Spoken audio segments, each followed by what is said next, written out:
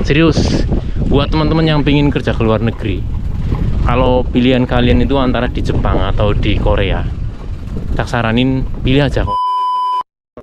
Satu-satunya fasilitas yang disediakan oleh perusahaan Jepang kepada para pekerja-pekerja migran dari Indonesia, dari Vietnam, dari Thailand, dari Filipina, seperti saya ini contohnya, itu cuma sepeda. Jadi sebenarnya kerja di Jepang itu fasilitas yang disediakan oleh perusahaan yang murni disediakan dari perusahaan, dikasih atau dipinjemin secara cuma-cuma, itu cuma sepeda. Ya bener, cuma sepeda guys, cuma sepeda sama mantelnya. Yakin serius, sepeda itu dikasih dipinjemin gitu ya, terus kemudian plus mantelnya. Ini mantel nih, ini mantelnya. Jadi ini kalau kondisi hujan badai, ini tadi malam itu sedikit ada hujan badai, anginnya agak gede. Ini kalau pagi-pagi ya kondisinya kayak gini. Nih, ini sepedaku. Ini sepedaku yang asli. Kenapa kok sepedaku? Aku sekarang ngontelnya itu nggak berisik sepedanya. Karena sepedaku yang asli, yang biasa buat ngevlog itu, nih rantainya udar guys, rantainya udar. Wis pone pitku ki bodol banget. Wis ora patut tinggo asli ini. Bodole ora patut. Saya yakin banyak dari kalian itu yang mengira kalau ketika kita kerja di Jepang itu fasilitas itu lengkap ya, dari kendaraan mungkin dikasih motor gitu yang kiranya ya. Ada juga yang mungkin nanti kerja di Jepang itu bakal dikasih mobil, karena Jepang itu negara produsen mobil. Jadi mobil di sini tuh melarah gitu ya. Dikiranya mungkin kayak gitu ya, tapi kenyataannya enggak. Fasilitas yang murni dikasih sama perusahaan itu ya cuma sepeda guys. Terus gimana dengan apato, dengan apartemen, dengan tempat tinggal kita? Jadi gini, kita kerja di Jepang itu, menurutku itu kayak kita kerja di Jepang itu menurutku itu kayak pekerja harian lepas guys. Jadi kita di sini itu kerja itu dibayar per jam. Kita di sini kerja dibayar per jam. Jadi hitungannya itu ya kita kerja berapa jam itu ya yang kita dapat gitu. Terus kemudian bagaimana dengan fasilitas lainnya seperti apartemen, makan gitu ya. Makan itu salah satu fasilitas juga. Nah ini dia guys, ini dia kenyataannya kalau kita kerja di Jepang. Jadi apartemen kayak gini itu tempat kita tinggal itu selama di sini apartemennya. Walaupun apartemennya wis bodol, ini apartemen udah 40 tahun mungkin ya, tapi masih layak pakai lah kalau di desa kayak gini. Masih banyak yang mau tinggal di sini. Mungkin kalau di kota itu udah nggak kepake gitu ya. Apartemen ini itu sebenarnya bukan fasilitas ya, bisa tak bilang bukan fasilitas. Ini cuma perusahaan itu cuma nyediain pinjaman aja. Jadi gini, untuk membuka apartemen ini, siapa aja yang pingin ngontrak di apartemen ini satu rumah, itu biasanya itu ada uang penjamin di awal itu senilai 50 juta gitu ya. Senilai 50 juta itu sebagai jaminan nanti kalau misalkan tiba-tiba kabur atau tiba-tiba terjadi hal-hal yang tidak diinginkan gitu ya. Pokoknya buat jaminan, nggak tahu dibalikin lagi atau enggak. Tapi kalau setauku di Korea itu dulu sistemnya sama. Kalau di Korea itu ketika kita habis kontrak di satu perumahan itu uang penjaminnya itu nanti dikembaliin. Tapi kalau di sini aku nggak tahu. Sebab yang tahu itu bosku. Jadi ketika kita ngontrak di sebuah rumah ini, di apartemen ini, bos itu cuma apa ya, sebagai penjamin aja, kasih uang penjamin 50 juta misalkan gitu ya. Uang penjaminnya 50 juta yang menurut orang-orang asing itu sangat berat, yang susah kalau kita ngurus sendiri. Itu Satso yang ngurusin, bos yang ngurusin itu sebesar 50 juta. Selebihnya kayak sewa bulanan, terus fasilitas kayak air, listrik, kemudian gas, itu selebihnya kita murni bayar sendiri guys. Jadi bisa tak bilang ini bukan fasilitas guys, ini bukan fasilitas, ini kita bayar sendiri, murni bayar sendiri gitu loh. Jadi siapa yang bilang kalau kerja di Jepang itu fasilitasnya lengkap? Itu enggak guys. Kerja di Jepang itu enggak sebagus, enggak seindah hayalan teman-teman semua ya. Kita potongannya di sini tuh gede banget, serius. Potongan kita di sini itu gede. Ini kenyataan pahit yang harus teman-teman ketahui sebelum kalian itu kerja ke Jepang. Emang itu banyak LPK yang promosiin kerja di Jepang gajinya 25 juta. Kerja di Jepang, magang di Jepang gajinya 30 juta. Ya boleh percaya guys, kalian boleh percaya, tapi nanti rasakan sendiri ketika sampai di Jepang itu seperti apa. Monggo yang lagi belajar bahasa Jepang tetap semangat belajar bahasa Jepang, tetap gambate, walaupun tiap hari itu harus digojlo sama senseinya, sama senpai-senpainya, sama seniornya, tapi tetap sesuai planning kalian aja. Kalau udah diniatin pergi ke Jepang ya diniatin aja, disemangatin, diseriusin, digambatein aja, disemangatin gitu ya. Kemudian yang kedua itu soal makan. Wong urip kiye kerja nggo mangan. Kasar-kasar kerja. Intine kur kepengin mangan. Wong urip guys, kerja rakasa-rakasa kerja tujuannya kur nggo mangan. Nah, di sini mungkin banyak teman-teman di Indonesia yang ngira kalau kerja di Jepang itu fasilitas makannya itu terjamin. Nih, ini yang salah kaprah guys. Ini yang salah kaprah dari teman-teman yang ada di Indonesia. Ya, mungkin buat teman-teman yang sudah pernah kerja di perusahaan Jepang gitu ya, di Astra atau di perusahaan-perusahaan Jepang lainnya, itu ya emang kalau makan siang itu dapat jatah dari perusahaan gitu ya, dikasih cuma-cuma. Terus lembur sore itu dikasih makan juga. Tapi itu berbanding terbalik ketika kalian itu kerja di Jepang. Kerja di Jepang itu nggak ada yang namanya fasilitas makan gratis dari perusahaan, itu nggak ada guys, nggak ada. Kita kerja di Jepang itu sebenarnya kita itu harus bawa bekal makan sendiri-sendiri per orang. Walaupun ada yang makan dari pabrik, itu pabrik cuma mesenin. Jadi kita kalau makan di pabrik, kita nggak bawa bekal makan dari rumah. Kita jagain makan dari pabrik. Itu sebenarnya kita dipotong. Kita beli sendiri dari catering. Cuma perusahaan yang memfasilitasi gitu. Jadi kalau kita makan siang itu ya kita bayar sendiri, dipotong guys dari gaji kita. Itulah kenapa potongan kerja di Jepang itu luar biasa besarnya, itu karena setiap kita makan di Jepang makan siang itu kita dipotong dari gaji kita bayar sendiri gitu. Terus lembur gimana bang? Lembur, nah ini yang aneh, ini yang baru, yang jadi jadi keluhanku ketika kerja di Jepang itu, ketika kita lembur,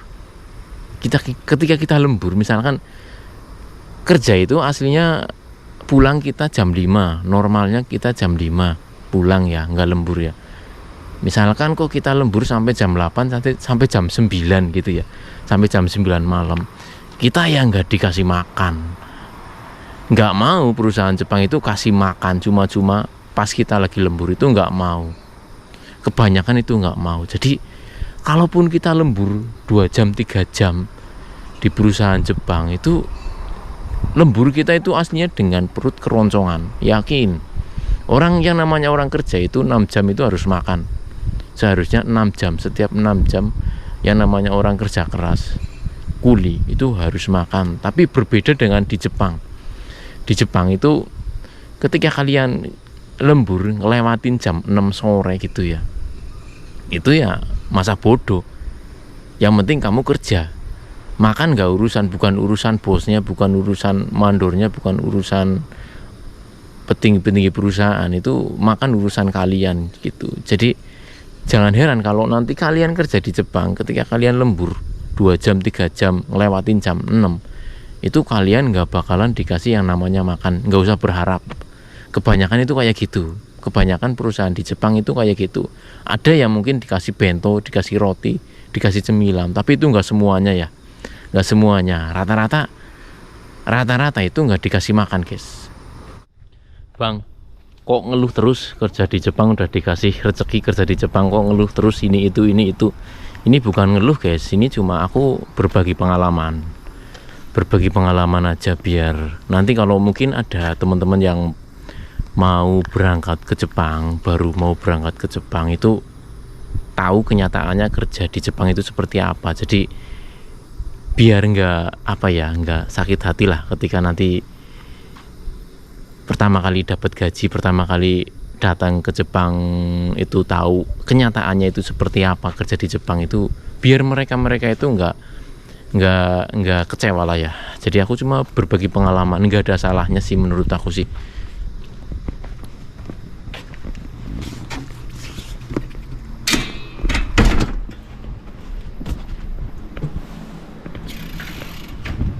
Jadi kalau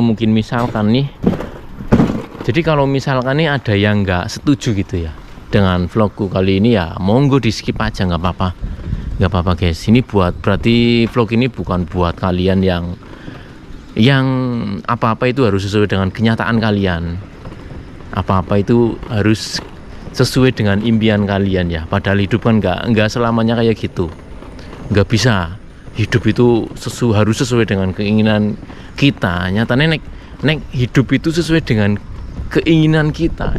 Aku ki bebeh nek mang Jepang guys, asli nih kepengine ki nang omah kembulan anak bojo, orang apa-apa duitnya pirang-pirang, kepengine kayak gue. Tapi kenyataannya wong urip ora kayak gitu. Wong urip itu nggak seperti itu. Kita mesti kerja keras buat makan ya, buat segenggam beras.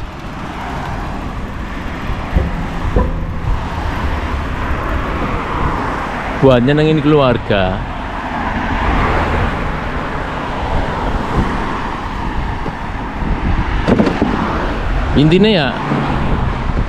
Intinya hidup itu nggak selalu sesuai harapan kita. Malah kadang-kadang itu jauh dari harapan kita ya. Iya nggak guys? Bener mbok?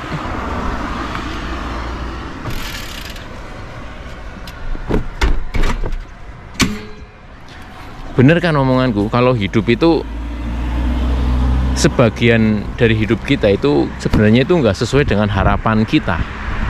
Tapi ya mau nggak mau ya harus kita jalani. Ini kertas bantuan guys. Ini amplop bantuan dari pemerintah Jepang, bukan bantuan, ya bantuan lah. Ini kayak pengembalian pajak. Pengembalian pajak di dalamnya itu nanti kalau kita kirim data diri kita ke pemerintah setempat, itu nanti kita ditransferin duit dari pemerintah. Ini nilainya 1 juta. Bismillahirrahmanirrahim. Semoga dapat bantuan guys, dapat bansos. Baru kali ini aku dapat bansos di Jepang ya.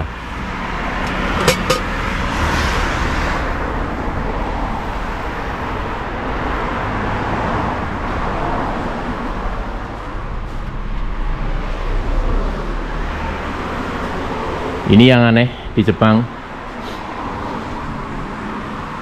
Yang paling aku nggak senang di Jepang itu kayak gini. Kita nabung di Yubing, di kantor pos, tapi ketika hari libur ini ATM ini ditutup guys. ATM sih nggo njimo duit kita ditutup.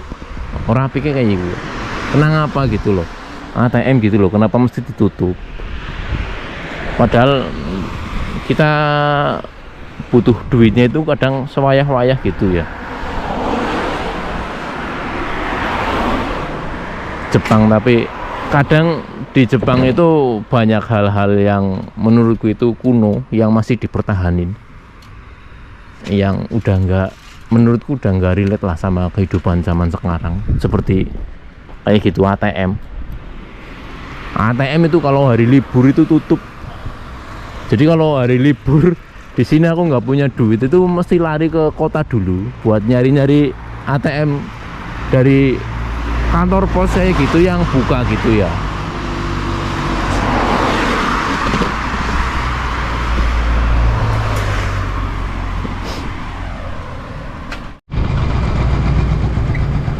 Aku habis dari 7-Eleven beli sarapan guys, belum sarapan dari tadi.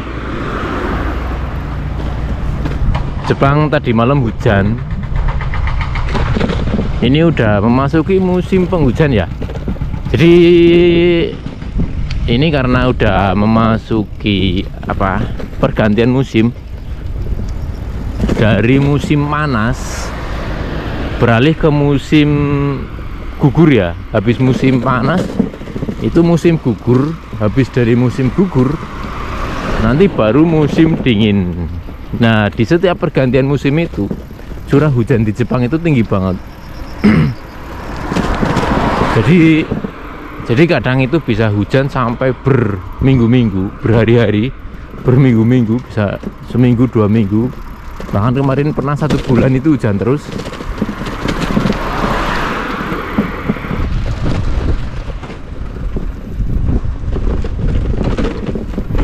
Ini kalau habis hujan ya lautnya butek guys.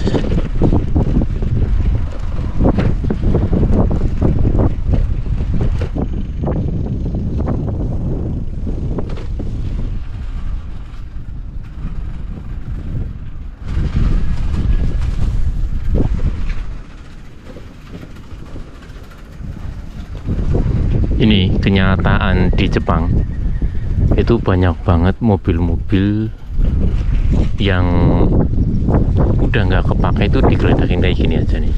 Ini beneran nyata guys, emang kayak nggak kepake, padahal mobil masih bagus. Itu mobil VW itu ya, mobil kodok VW itu.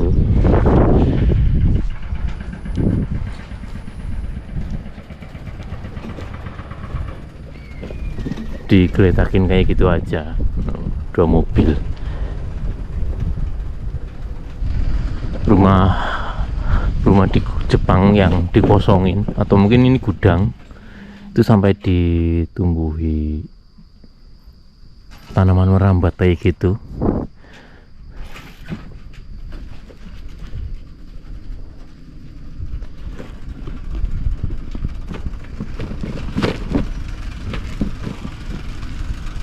Ini spot favorit mancingnya orang-orang Indonesia.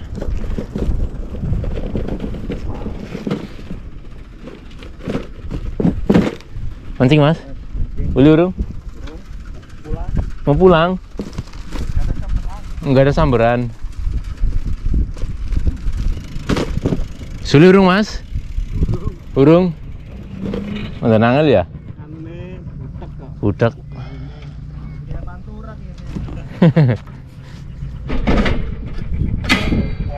Bis ke jam pira kok? Jam 5. Banyune ngene kok.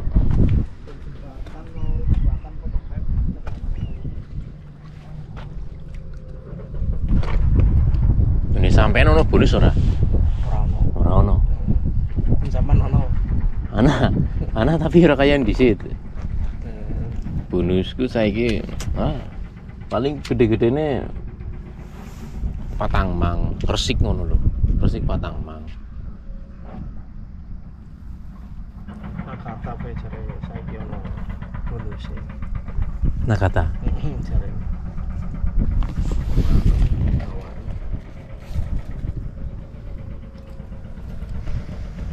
Tapi Mawari pada betah ya mau bocah-bocah.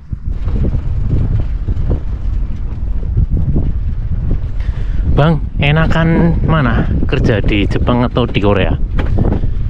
Dengar abang pernah kerja di Korea gitu ya. Kalau menurutku itu ada plus minusnya ya. Di Jepang ada plus ada minusnya, di Korea juga ada plus ada minusnya. Kalau di Jepang, kalau ini gini, kita bahas dari gaji. kerja itu kan tujuannya ngarah duit itu ya. Jadi yang jadi pertimbangan pertama kali itu gaji. Gaji di Korea lebih tinggi kemana-mana daripada di Jepang. Loh kok bisa bang? Bukannya di Jepang lebih banyak gajinya? Enggak guys. Mungkin gini, mungkin di mata orang-orang Indonesia itu Jepang itu lebih unggul daripada Korea. Ya memang pada kenyataannya itu dari dulu produk-produk kita itu kan dari Jepang. Jadi di mata orang-orang Indonesia itu Jepang itu negara paling unggul gitu ya. Segala produk dari Jepang, mobil, motor, apapun elektronik itu dari Jepang itu ya. Tapi sekarang itu enggak guys. Sekarang itu Jepang menurutku itu udah kesalip sama Korea gitu ya. Jadi di mata orang Indonesia itu Jepang itu negara dengan gaji tertinggi. Nyatanya enggak guys. Menurutku antara Jepang dan Korea itu gajinya itu lebih tinggi di Korea. Kenapa? Karena di Korea itu tiap tahun gaji naik guys. Serius, di Korea itu tiap tahun gaji naik. Persentase naiknya itu kadang di luar nalar gitu ya.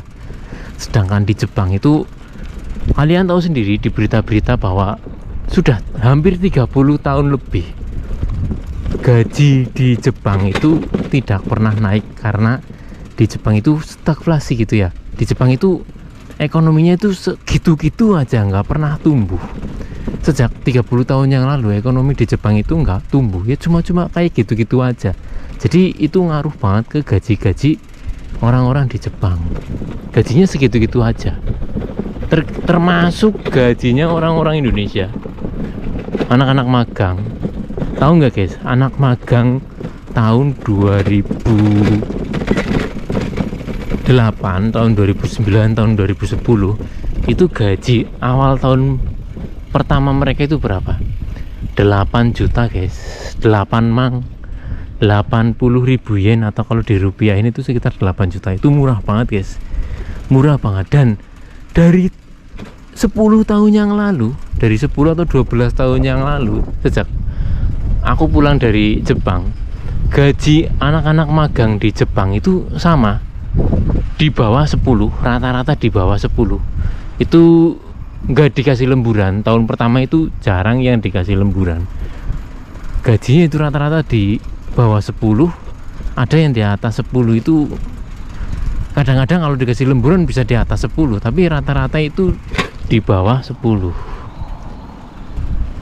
Itu di Jepang. Karena di Jepang buat orang-orang yang baru masuk ke Jepang itu rata-rata masuknya itu visanya itu visa magang. Jadi menurutku Jepang itu kayak licik. Jepang itu butuh tenaga kerja Indonesia, tapi mereka membatasi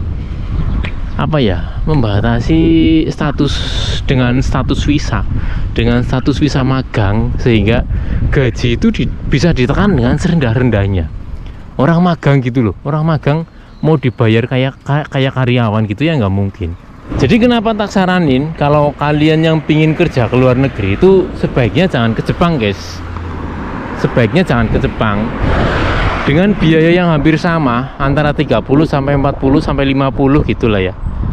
Tak saranin kalian itu pilih Korea saja guys. Pergi ke Korea. Gaji di Korea itu lebih tinggi.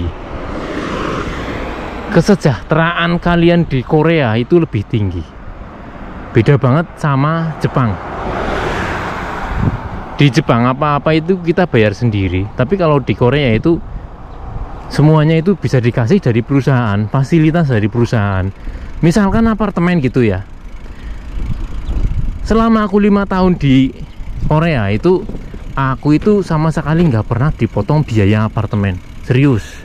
Rata-rata pekerja migran Indonesia yang kerja di Korea itu nggak pernah dipotong biaya apartemen. Paling listrik, air itu cuma dipotong beberapa ribu aja guys.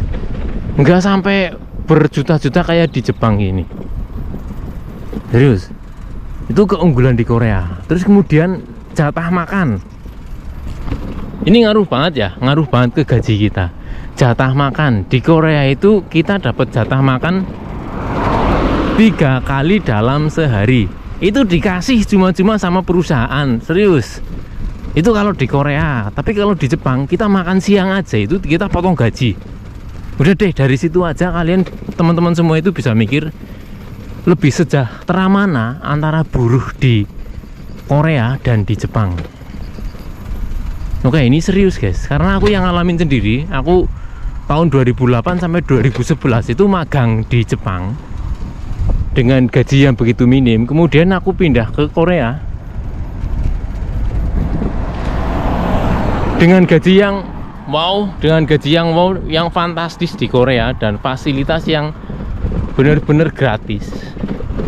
Bisa dibilang itu pekerja buruh migran, apalagi buruh migran Indonesia, orang-orang asing Indonesia, orang-orang asing yang bekerja di Korea itu bisa tak bilang itu makmur guys, makmur banget, makmur jibar-jibur.